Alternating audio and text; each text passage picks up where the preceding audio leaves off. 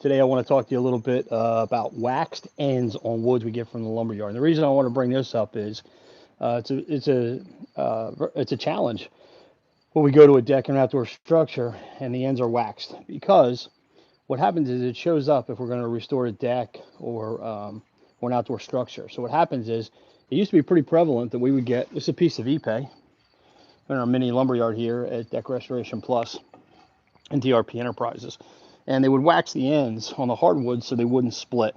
So you can see the wax on the ends. You can scrape it. That, and this wax goes up pretty far. So what happens is when it's waxed, what happens is we don't notice it. Everything grays even. We don't notice the wax. We go and we restore the wood, whether it's through the cleaning process or whatever we're doing to restore the wood. And what happens is it shows up in lines at the end because the wax didn't get removed. It leaves a residue. So what happens is, especially if you go to seal or stain it, it accentuates it. So then you have all these lines at the board ends. Customer says, well, what happened? You didn't do it right. You're thinking, oh, God, what's going on? It's from these waxed ends. You got to be careful with waxed ends. They do show up, and it can turn a beautiful project into a oh my God project.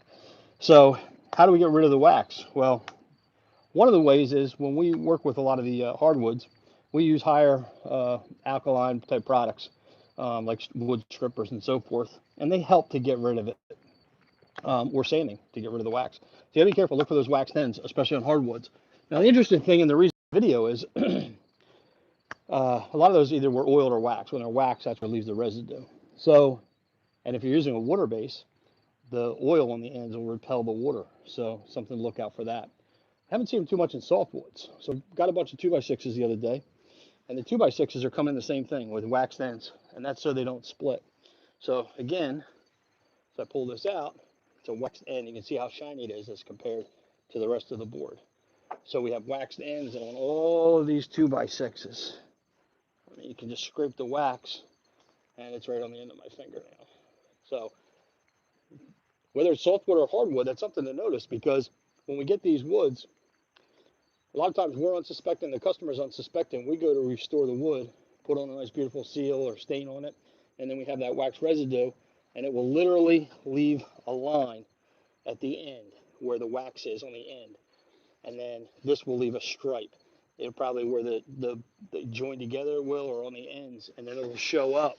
It'll show up after it's cleaned and brightened, but it won't be as prominent until it's sealed or stained. That's where you run into the issue. That's where the customer will have the issue as well. So we have to figure out how we're going to deal or handle these waxed ends. And the best way to do it is use something with a little stronger alkaline to hopefully break that down. Or you might have to run a sander across the deck, a floor sander, just to take off the waxed edges.